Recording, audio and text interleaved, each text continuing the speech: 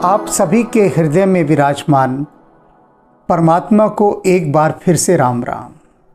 यह एक विशेष राम राम है, क्योंकि रिकॉर्डिंग होने के बाद ये जो एपिसोड 614 है, रिकॉर्डिंग होने के बाद पता लगा कि जो कैमरा ऑपरेटर है वो इतना खोया हुआ था कि उसने कैमरा ही ऑन नहीं किया। तो ठीक है, जैसी राम जी की इच्छा। राम जी चाहते थे कि इस एपिसोड में वीडियो ना आए, सिर्फ ऑडियो आए, तो ये भी सुंदर है। तो हमने तो कैमरा ऑपरेटर से कहा तू डर मत, कोई बात नहीं हुआ तो ये जो पक्षीराज गरुड़ है और जो दिया है, इसी की ज्योत पर सब लोग ध्यान लगाकर आंखें बंद करके अब इस बहुत ही महत्वपूर्ण इस एपिसोड को सुने, क्योंकि इसमें औषधि बताई गई है। और अच्छा है, चलो वो जो ऑपरेटर से गलती हुई, क्योंकि इस एपिसोड में आंखें खुली रखने का कोई फ़ायदा भी नहीं है, कोई लाभ नहीं है। ये बंद आंखों से ही सुना जाए ये वाला, क्योंकि ये सारी अंदर की बात है। तो इसमें जितना बाहर की दृष्टि बंद हो उतना ही अच्छा है। फिर भी खोलनी है, दृष्टि से देखना है। तो ये काकभूषणी जी ने जो ये ज्योत जलवाई है पक्षीराज गरुड़ के लिए, इस पर ध्यान केंद्रित कीजिए और श्रवण सुख लीजिए। राम राम। आप सभी के हृदय में विराजमान परमात्मा को मेरी राम राम। निश्चित रूप से आज सभी भक्तगण प्रतीक्षा कर रहे होंगे कि आज काकभूषणी जी इन सभी रोगों के निवारण की औषधि बताएंगे। बिल्कुल बताएंगे, क्योंकि कल तक तो ये हो गया था कि ये रोग कभी समाप्त नहीं हो सकते। एक के बाद एक अनंत रोग मन और तन के साथ लगे हैं और उनका निपटारा संभव नहीं। कल तक ये बात सामने आई थी, किंतु जाते जाते काकभूषणी जी ने यह भी कह दिया कि ऐसी बात नहीं है कि इन रोगों का निपटारा नहीं हो सकता। कैसे होगा?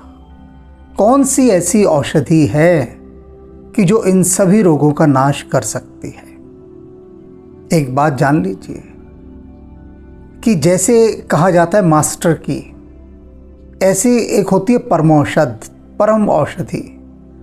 और वह परम औषधि क्या होती है कि उसकी एक बूंद ही मिल जाए, एक बूंद, वो सभी रोगों का नाश कर देती है।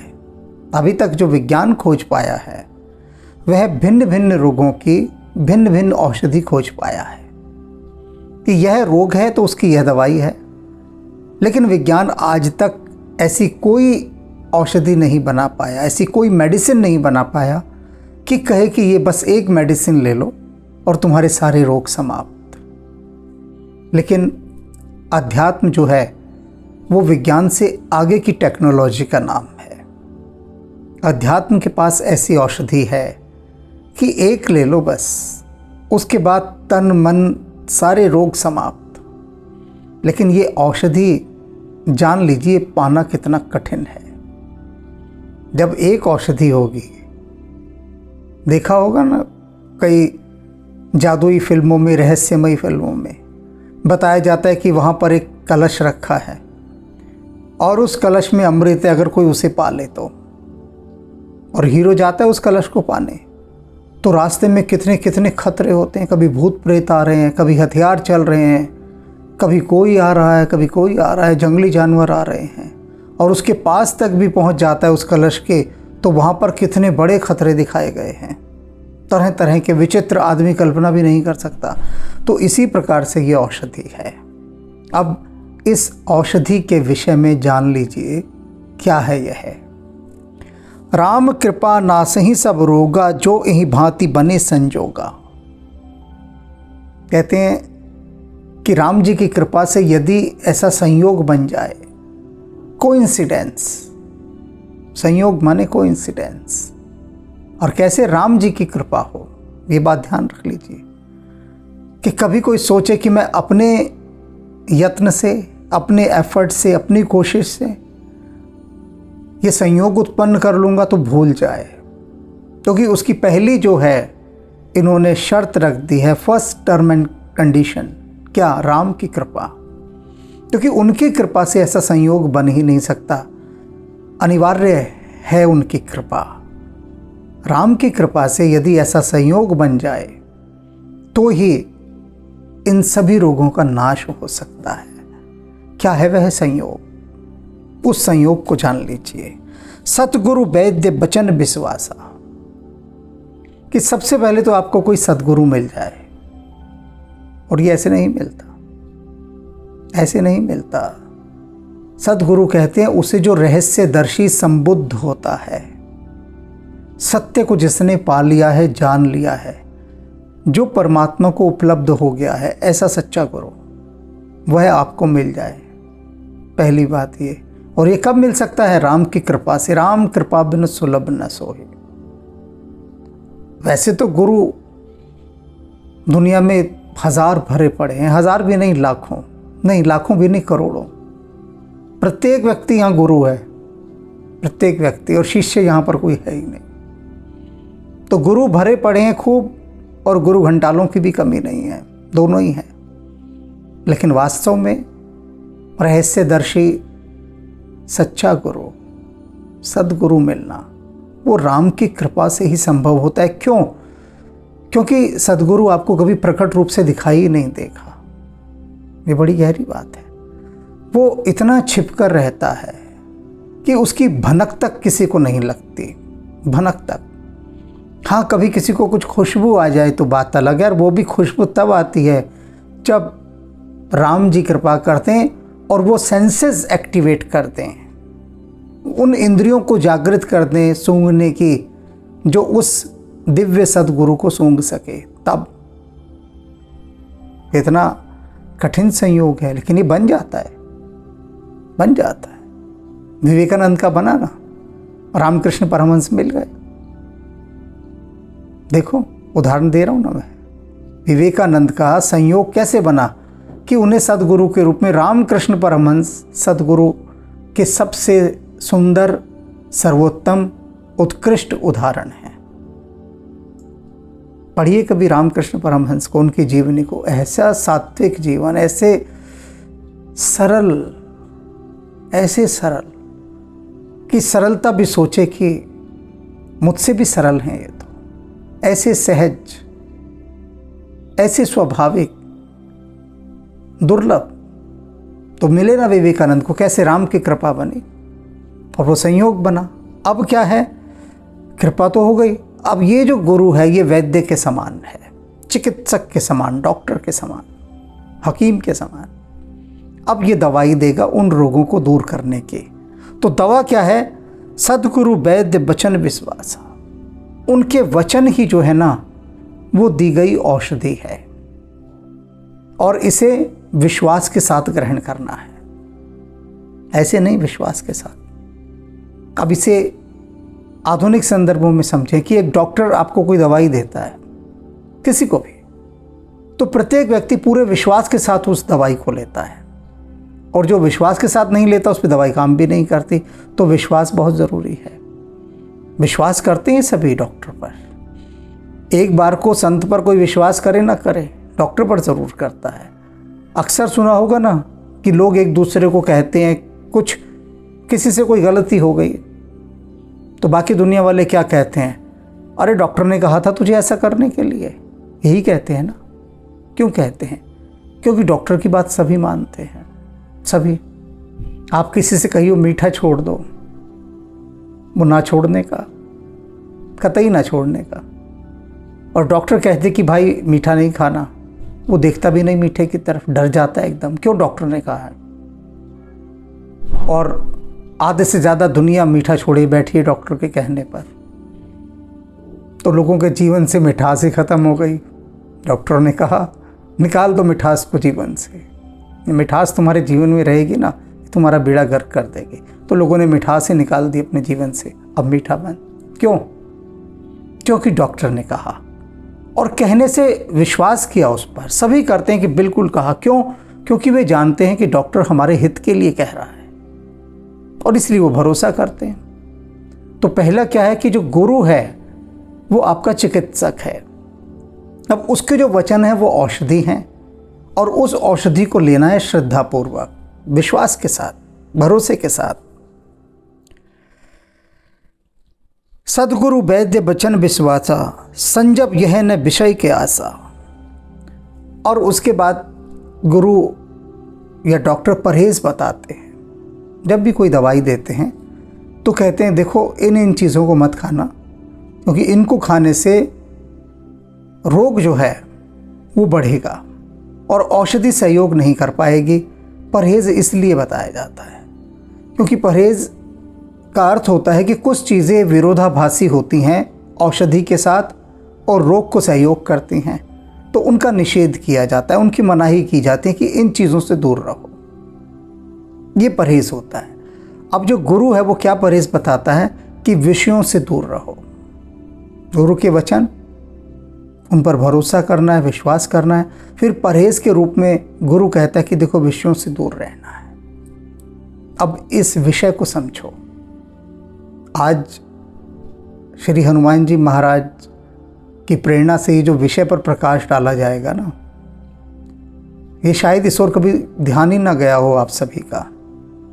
सुना सभी ने होगा, ध्यान किसी का नहीं गया होगा। आज वहीं ध्यान आकर्षित करवाया जा रहा है। कह रहे हैं संजब यह न विषय की आशा, विषयों की आशा मत रखो, उनसे परहेज करो विषयों से। बच्चा स्कूल में पढ़ता है, पूछते हैं लोग बाग कि अरे बेटा कौन कौन से विषय लिए हैं तुमने। फिर वो अपने विषय बताता है, मैंने ये विषय लिए हैं। विद्यालय की पढ़ाई में जो पढ़ाया जाता है उनको विषय नाम दिया जाता है। अब इसको भी बड़े ध्यान से समझ ली। क्यों विषय?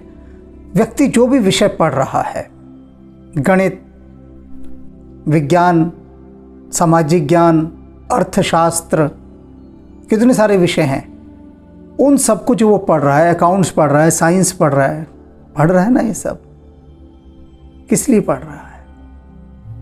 सोचा है कभी? किसी से भी पूछ लो भाई किस लिए पढ़ रहा है, वो कहेगा इसलिए कि बहुत अच्छी नौकरी मिले, बहुत अच्छा पैकेज मिले और मैं शान से ज़िंदगी बिताऊं, ऐश से ज़िंदगी बिताऊं। तो ये जितनी भी पढ़ाई संसार की हो रही है, ये सब कमाई पैसा कमाने के लिए हो रही है। रुपल्ली, पैसा आए बस। अब अकाउंटेंसी पढ़ के, साइंस पढ़ के परमात्मा की ओर तो नहीं जाएंगे ना। किस लिए पढ़ रहा है एक आदमी? एक जो पढ़ रहा है ये सब सारे विषय, इनको विषय इसीलिए कहा गया क्योंकि पूरी दृष्टि नर्सरी से लेकर प्ले स्कूल से लेकर, बल्कि प्ले स्कूल से लेकर और जब तक व्यक्ति डॉक्टरेट कर लेता है उसके आगे तक भी अपने जीवन के 30-35 वर्ष बिल्कुल एकाग्रचित्त होकर सिर्फ एक डिग्री के लिए लगाता है कि एक कागज़ की डिग्री उसे मिल जाए। वही डिग्री उसको धन दौलत दिलवाएगी।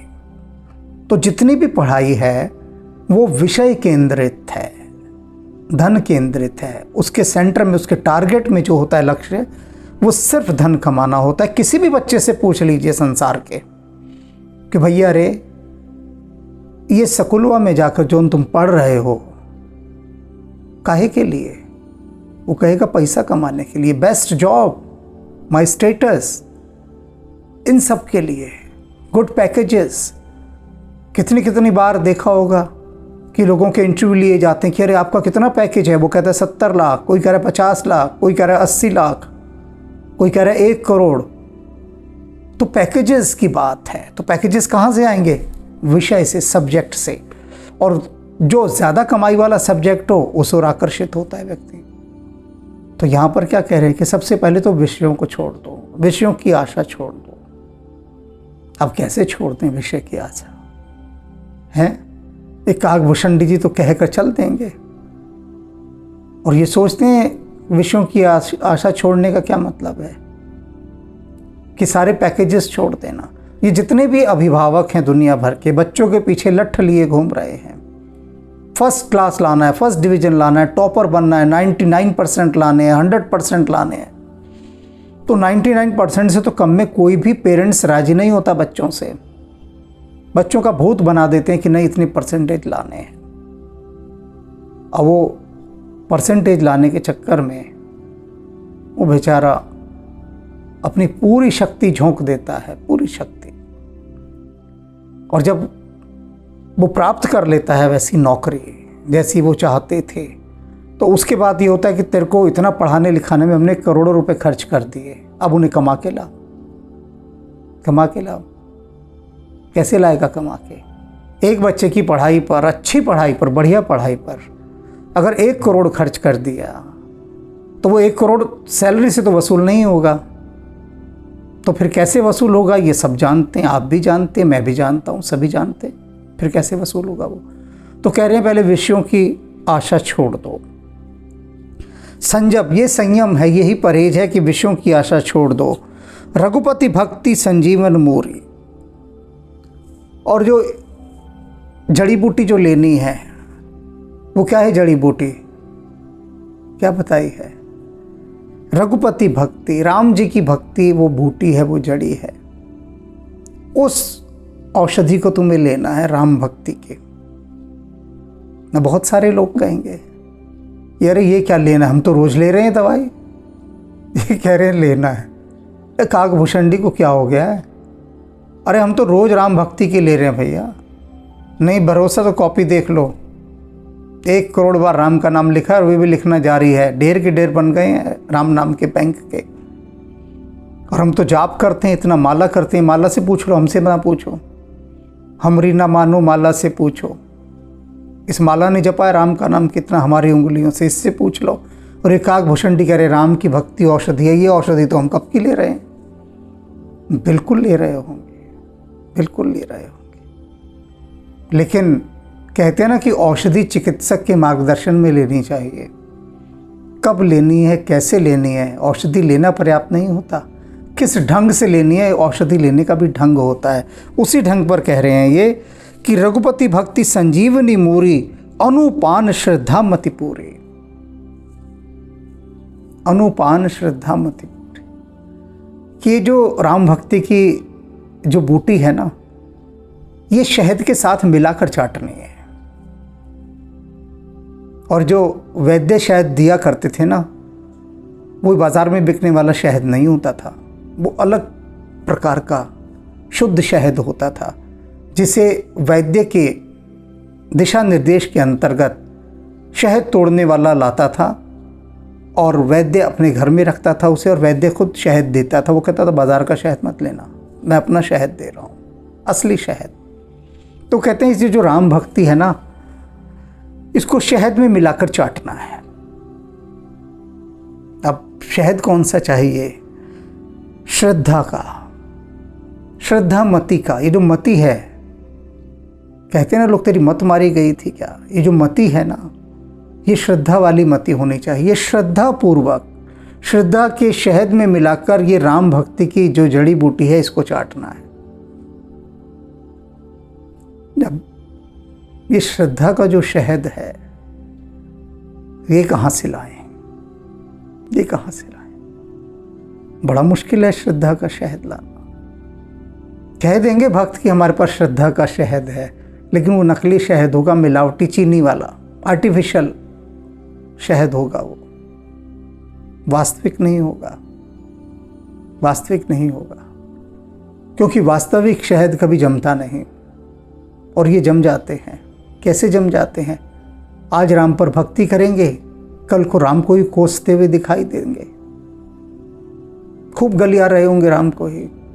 फिर 2 दिन बाद फिर राम पर आ जाएंगे, फिर राम पर अश्रद्धा हो जाएगी। कि जब तक पैसा आता रहेगा तब तक राम पर भक्ति है, श्रद्धा है। जैसे पैसा आना बंद होगा, मुसीबतें आनी शुरू हो जाएंगी, तो राम को कहेंगे तू कर क्या रहा है भाई, तू है भी या नहीं है। लेकिन जब राम खूब पैसा बरसाते हैं, मैंने देखा है लोगों को, मेरे देखे ऐसे लोगों को मैंने देखा है जो कल तक कुछ भी नहीं थे और अब उनके पास अरबों रुपए आ गए, बेहिसाब पैसा आ गया। तब उन्होंने एक बार भी नहीं कहा कि तू है या नहीं है, एक बार भी शब्द नहीं कहा। मैंने कहा आज वो तुमसे अरबों रुपया छीन ले, तुम खड़े हो जाओगे उसके सामने जाकर, उसके मंदिर में, और कहोगे जवाब दे, तू है भी या नहीं है? है?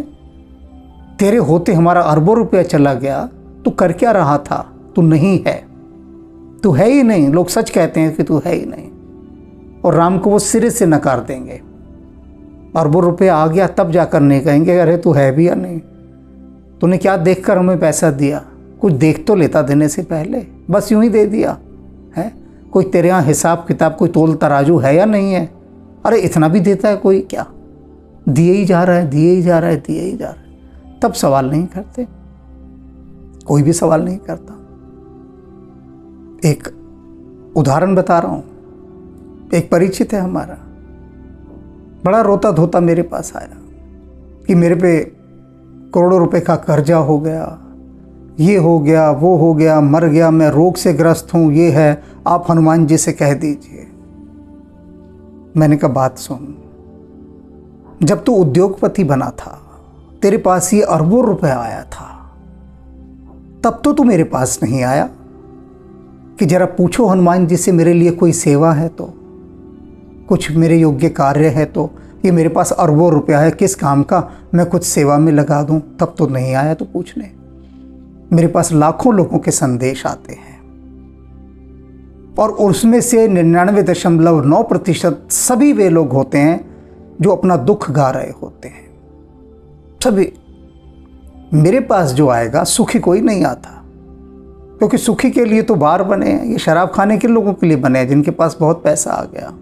ये नाच गाने के क्लब किसके लिए बने हैं, ये पार्टियां किसके लिए बनी हैं, ये पिकनिक स्पॉट किसके लिए बने हैं, ये टूरिस्ट प्लेसेस किसके लिए बने हैं? उन लोगों के लिए जिनके पास बेशुमार पैसा आ गया और जिन्हें होश ही नहीं। और मैं किसके लिए बनाऊं? जिसका सब कुछ लुट चुका हो, जिसके आगे अंधेरा छा चुका हो, जिसे कुछ दिखाई ना देता हो, जिसकी बुद्धि बिल्कुल हैंग हो चुकी हो और जो मारे भय के कांप रहा हो, जो अर्जुन बन गया हो कांपता हुआ। बस मैं उनके लिए बैठा हूं। तो सारे रोगी, दुखी, बीमार सबको मैं ही दिखाई देता हूं। और क्यों दिखाई देता हूं? क्योंकि मैं सबका उत्तर दे देता हूं। मैंने पूछा एक से कि उसने कहा जी मैंने गुरु धारण किया हुआ है। मैंने कहा कौन है गुरु? तो उसने जिस गुरु का नाम बताया वो भारत का सबसे बड़ा सेलिब्रिटी गुरु। तो मैंने कहा भाई तू उनसे क्यों नहीं अपनी समस्या पूछता? वो तो बहुत सिद्ध है, मैं कहूँ मैं तो एक कहीं कोने में छुपा बैठा एक साधारण सा गृहस्थ मनुष्य हूँ, और जो तेरे गुरु हैं वो तो विश्व गुरु हैं, तो उनसे क्यों नहीं कहता अपनी समस्या? कहता जी घुसने भी नहीं देगा कोई उनके वहाँ, तो आप कह रहे हैं उनको कहता नहीं। पर मैंने कहा तूने तो गुरु धारण कर रखा है। गुरु का अर्थ क्या होता है? कि वो शिष्य की बात सुने।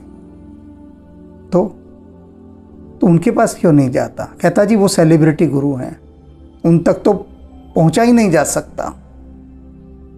तो यानी कि प्यार उनसे जताओ और काम मुझसे बनवाओ। तो यही होता है लोगों का। तो ये बात कह रहे हैं कि श्रद्धा की जो मति है उसका शहद मिलाकर तब इस राम भक्ति को चाटना है।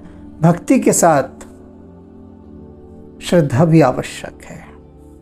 यही विधि भल ही सो रोग नसाई, नाही तो जतन कोटि नहीं जाए। कहते हैं इस प्रकार का संयोग हो, यही विधि भले ही रोग नसाए, तो भले ही रोग का नाश हो जाए।